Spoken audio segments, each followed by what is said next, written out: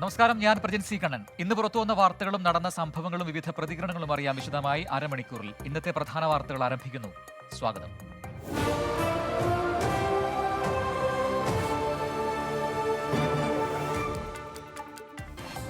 കശ്മീരിലെ പൂഞ്ചിൽ വീരമൃത്യു വരിച്ച സൈനികൻ വൈശാഖിന്റെ ഭൗതിക ശരീരം തിരുവനന്തപുരത്ത് എത്തിച്ചു. സംസ്ഥാന സർക്കാരിനെ പ്രതിനിധീകരിച്ച് മന്ത്രി KN ബാലഗോപാൽ റീത്ത് സമർപ്പിച്ചു. മൃതദേഹം ഇന്ന് പാങ്ങോട് സൈനിക ക്യാമ്പിൽ സൂക്ഷിക്കും. നാളെ രാവിലെ സ്വദേശമായ കൊല്ലം ഉടവട്ടൂരിൽ എത്തിക്കും.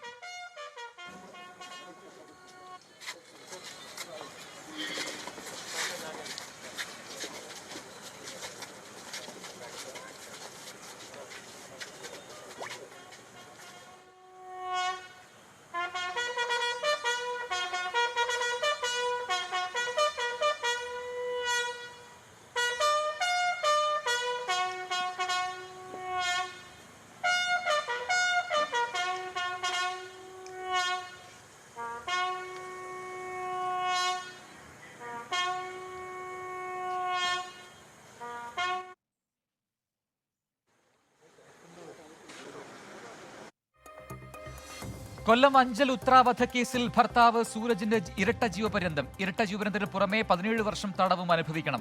5 ലക്ഷം രൂപ പിഴയൊടുക്കണം. കേസ് അപൂർവങ്ങളിൽ അപൂർവമാണെന്ന് പറഞ്ഞ കോടതി പ്രതിക്ക് മുൻകാല ക്രിമിനൽ പശ്ചാത്തലമില്ലാത്തതും പ്രായവും പരിഗണിച്ചു. 17 വർഷത്തെ തടവിന് ശേഷമാണ് ജീവപര്യന്തം അനുഭവിക്കേണ്ടത്. കൊലപാതകത്തിന് ഒഴികെ ബാക്കിയുള്ള എല്ലാ വകുപ്പുകൾക്കും പരമാവധി ശിക്ഷയാണ് നൽകിയിരിക്കുന്നത്. കൊലപാതകത്തിന് കോടതി പരിഗണിച്ചത് ഇത് ഒരു അപൂർവങ്ങളാണ് എന്നുള്ള വാദത്തിലേക്ക് പ്രോസിക്യൂഷൻ സമർപ്പിച്ച എല്ലാ കാര്യങ്ങളും അംഗീകരിച്ചെങ്കിലും പ്രതിയുടെ ചെറിയ പ്രായവും അയാൾക്ക് മറ്റ് കേസുകൾ ഉണ്ടായിട്ടില്ല, അയാൾക്ക് ഇതിനു മുമ്പ് മറ്റ് കേസുകൾ ഉണ്ടായിട്ടില്ല എന്നുള്ള വസ്തുതയും അതുകൊണ്ട് ഒരു മാനസാന്തരത്തിനുള്ള സാഹചര്യമുണ്ട് എന്നുള്ള വസ്തുതയും പരിഗണിച്ച് പരമാവധി ശിക്ഷയായ ഡെത്ത് പെനാൽറ്റി ഒഴിവാക്കി ജീവപര്യന്തം ശിക്ഷയും 5 ലക്ഷം രൂപ പിഴയും വിധിച്ചിട്ടുണ്ട്.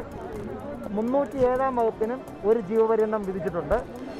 328 വകുപ്പിന് അതിൻ്റെ പരമാവധി ശിക്ഷയായ 10 വർഷം വിധിച്ചിട്ടുണ്ട്.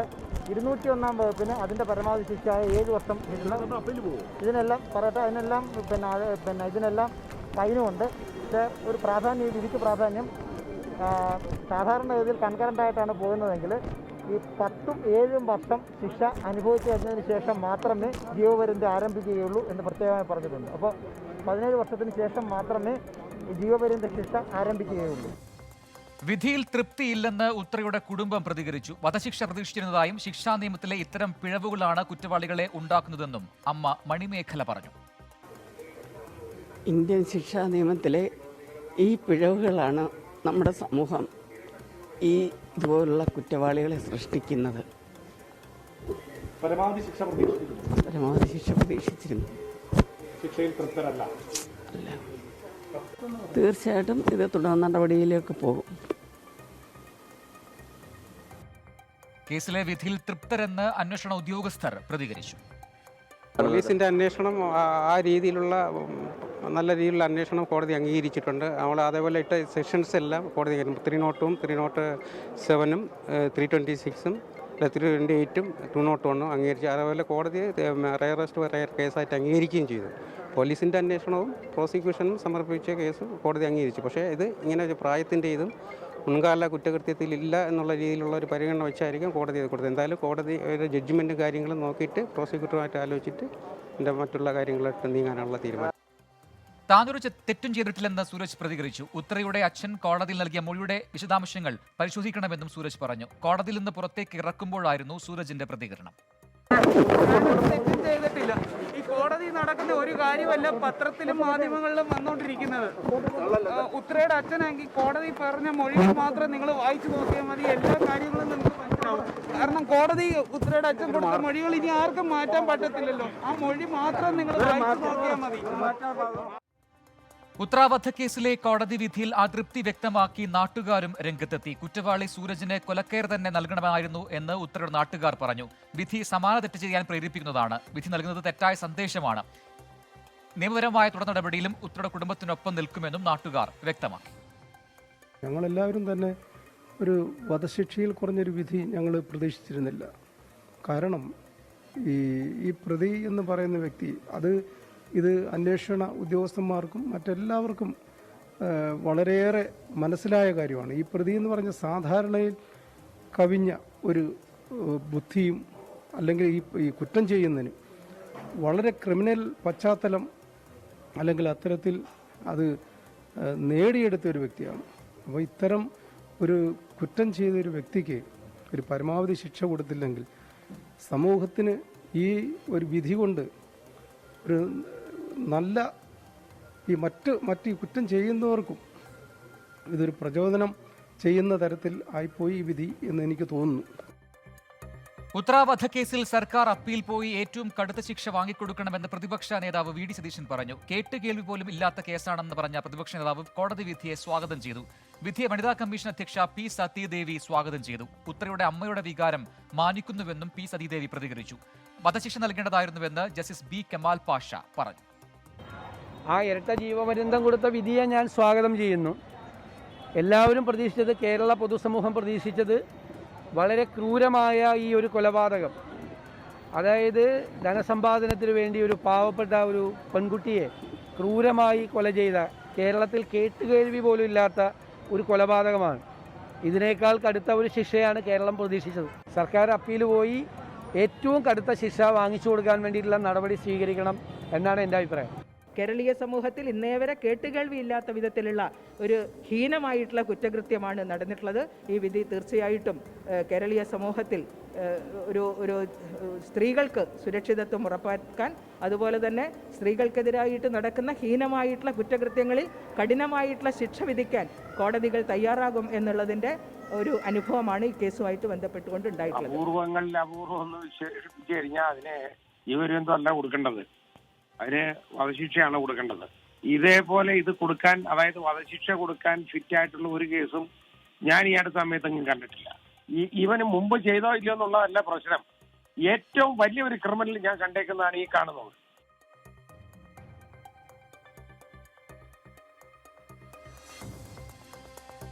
നിയമസഭാ കയ്യാങ്കളി കേസിൽ പ്രതികളുടെ വിടുതൽ ഹർജി തള്ളിയ കോടതി ഉത്തരവിന്റെ കൂടുതൽ വിവരങ്ങൾ പുറത്ത്.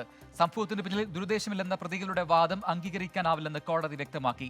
CCTV ദൃശ്യങ്ങളുടെ ഫോറൻസിക് റിപ്പോർട്ടിൽ ദൃശ്യങ്ങൾ വ്യാജമല്ലെന്ന് വ്യക്തമാക്കുന്നുവെന്നും കോടതി പറയുന്നു. തലേദിവസമേ പ്രതികൾ നിയമസഭയിലുണ്ടായിരുന്നുവെന്നും കോടതി ചൂണ്ടിക്കാട്ടുന്നു. തിരുവനന്തപുരം ചീഫ് ജുഡീഷ്യൽ മജിസ്ട്രേറ്റ് കോടതിയുടെ ഉത്തരവിലാണ് ഈ പരാമർശങ്ങൾ. മുൻ വൈദ്യുതി മന്ത്രിയും കോൺഗ്രസ് നേതാവുമായ ആര്യാടൻ മുഹമ്മദിനെതിരെ വിജിലൻസ് അന്വേഷണം. മന്ത്രിസഭാ യോഗത്തിന്റേതാണ് തീരുമാനം.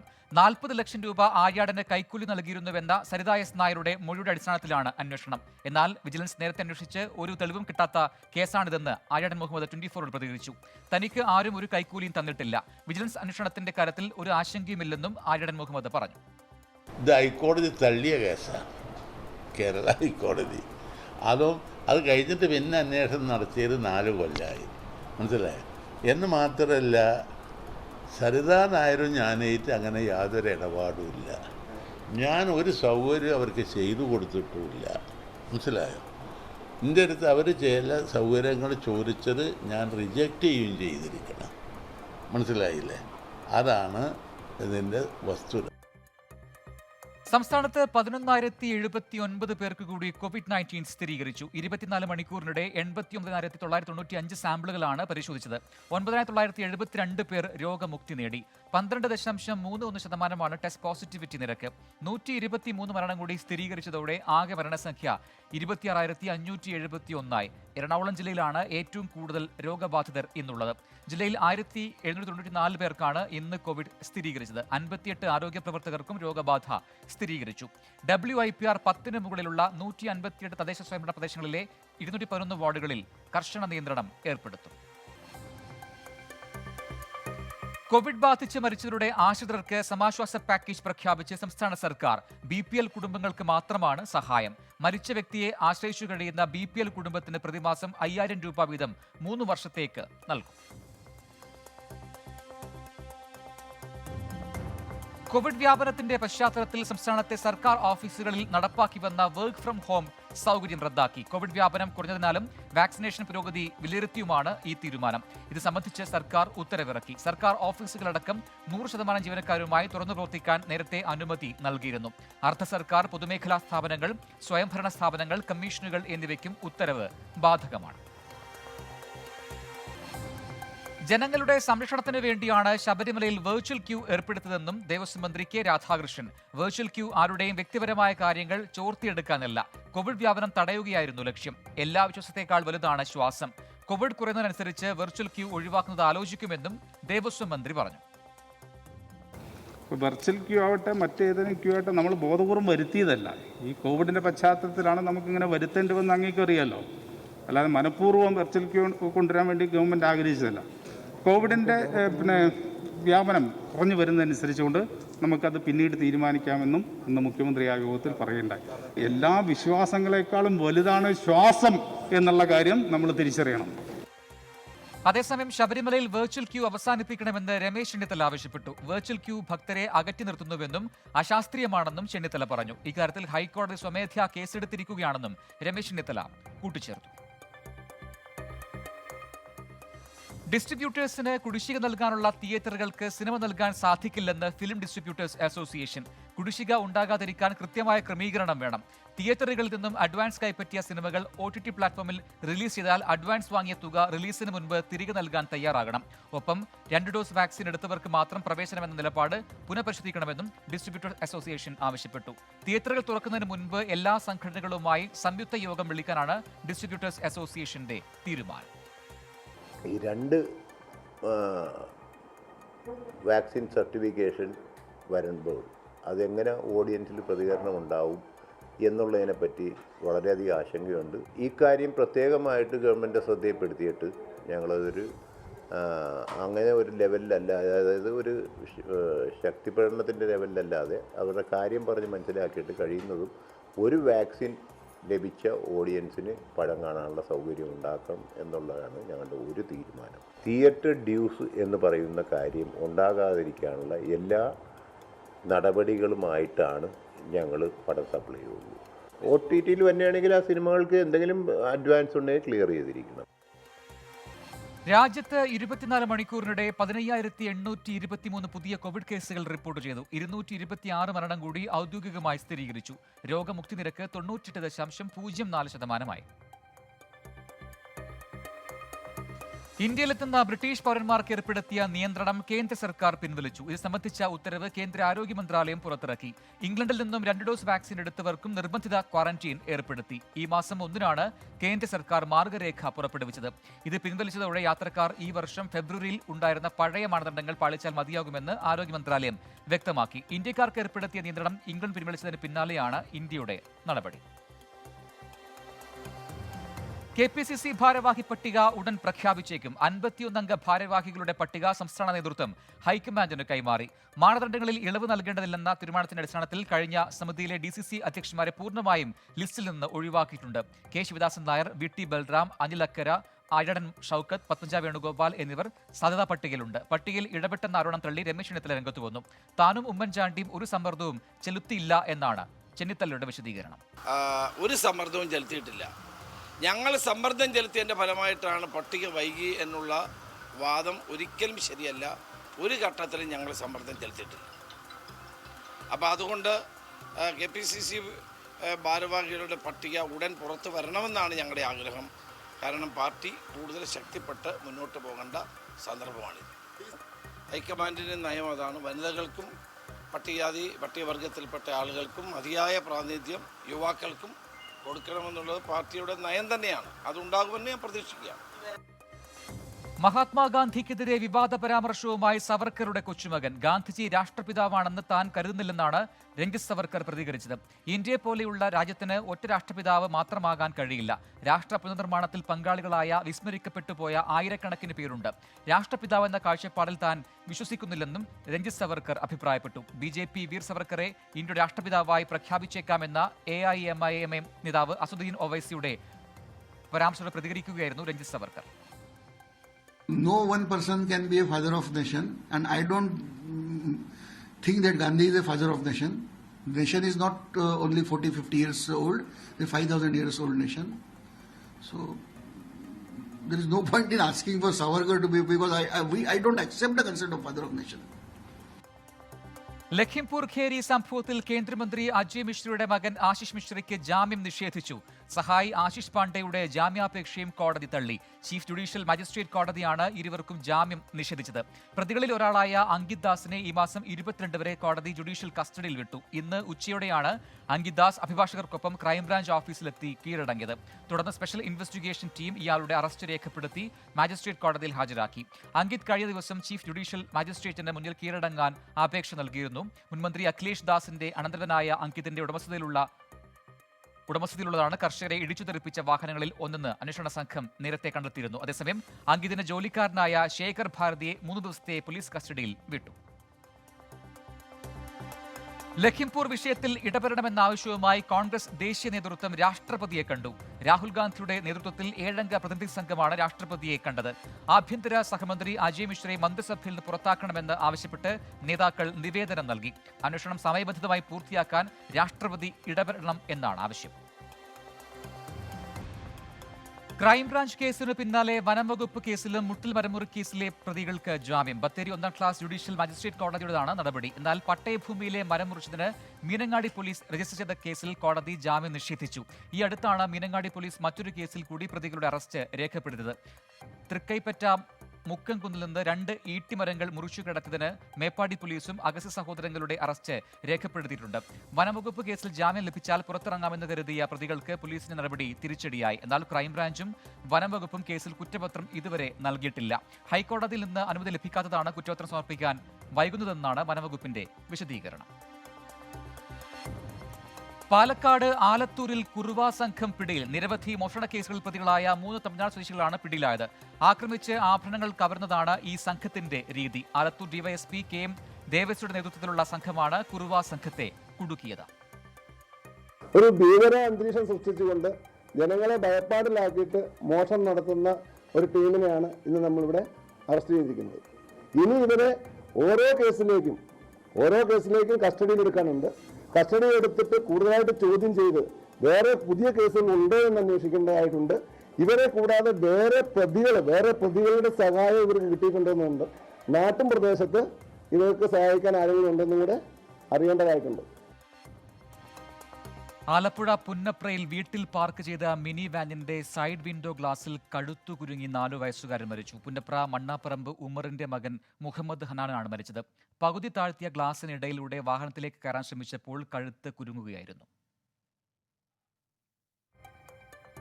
തിരുവനന്തപുരം രാജ്യാന്തര വിമാനത്താവളത്തിന്റെ നടത്തിപ്പ് ഇന്ന് അർദ്ധരാത്രി മുതൽ അദാനി ഗ്രൂപ്പിന്. 50 വർഷത്തേക്കുള്ള നടത്തിപ്പിനാണ് കരാർ. എയർപോർട്ട് അതോറിറ്റിയും അദാനി ഗ്രൂപ്പും തമ്മിൽ കഴിഞ്ഞ ജനുവരിയിലാണ് ഇത് സംബന്ധിച്ച കരാർ ഒപ്പിട്ടത്. 6 മാസത്തിനകം ഏറ്റെടുക്കാനായിരുന്നു നിർദ്ദേശമെങ്കിലും വ്യോമയാന നിയന്ത്രണങ്ങളെ തുടർന്ന് സമയം നീട്ടി നൽകണമെന്ന് ആവശ്യപ്പെടുകയായിരുന്നു. അദാനിക്ക് വിമാനത്താവളം കൈമാറുന്നതിനെതിരെയുള്ള സംസ്ഥാന സർക്കാരിന്റെ ഹർജി ഹൈക്കോടതി തള്ളിയെങ്കിലും സുപ്രീം കോടതിയിൽ അപ്പീൽ നിലവിലുണ്ട്. നിയമപോരാട്ടങ്ങൾ തുടരാനാണ് ആക്ഷൻ കൗൺസിലിന്റെ തീരുമാനം. ബംഗളൂരുവിൽ 4 നില കെട്ടിടം തകർന്നു വീണു. ആളപായമില്ല. കമലനഗർ മഹാലക്ഷ്മി ലേഔട്ടിലെ NGO കോളനിയിലാണ് സംഭവം. ബലക്ഷയം കാരണം കോർപ്പറേഷൻ പൊളിക്കാനായി തീരുമാനിച്ച കെട്ടിടമായിരുന്നു ഇത്. ഇന്നലെ ഒരു ഭാഗം പൊളിക്കുന്നതിനിടെയാണ് കെട്ടിടം തകർന്നു വീണത്. താമസക്കാരെ നേരത്തെ തന്നെ മറ്റൊരിടത്തേക്ക് മാറ്റിയിരുന്നു. മന്ത്രി ഗോപ്യല്ല സ്ഥലം സന്ദർശിച്ചു. തൊടുപുഴയിൽ മധ്യവയസ്കനെ ടാങ്കിനുള്ളിൽ മരിച്ച നിലയിൽ കണ്ടെത്തി. വെട്ടിമിട്ട സ്വദേശി NK ബൈജുവിനെയാണ് മരിച്ച നിലയിൽ കണ്ടെത്തിയത്. 3 ദിവസമായി അയാളെ കാണാനില്ലായിരുന്നു. തുടർന്ന് നടത്തിയ തെരച്ചിലാണ് മൃതദേഹം കണ്ടെത്തിയത്. സംഭവത്തിൽ തൊടുപുഴ പോലീസ് കേസെടുത്ത് അന്വേഷണം ആരംഭിച്ചു. കശ്മീരിലെ ത്രാലിൽ ജെയ്ഷെ മുഹമ്മദ് ഭീകരനെ സൈന്യം വധിച്ചു. ജെയ്ഷെ മുഹമ്മദ് കമാൻഡർ ഷമീം സോഫിയെയാണ് സേന വധിച്ചത്. അവന്തിപോര ത്രാൽ മേഖലയിൽ തിൽവാനി മൊഹല്ലയിലാണ് ഏറ്റുമുട്ടലുണ്ടായത്.